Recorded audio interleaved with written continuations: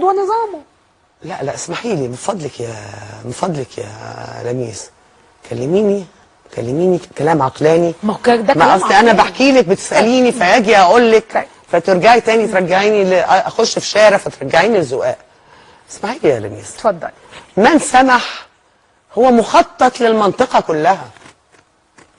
كلها. ما كانش بشار الاسد كان هيبقى حد تاني، ما كانش حد تاني كان هيبقى حد تالت.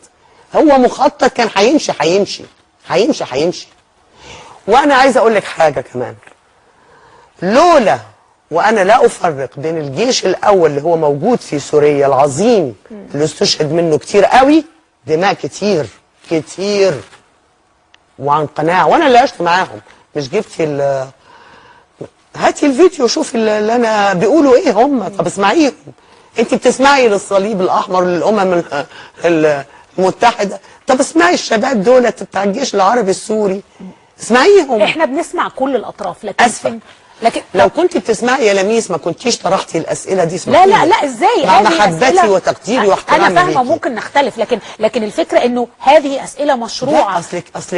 اصلك لا بتقولي حاجات، لا يمكن ان انا اشوف دوله بتقولي حاجات. لما مصر كانت على حافه هويه تنحى مبارك. لا ده موضوع مختلف. مشي قال لك لا انا مش هشوف ناس بتقتل بعض. لا ده الوضع. اسمعي والجيش المصري انحاز للشعب. والجيش السوري انحاز للشعب ويدفع دماؤه للشعب.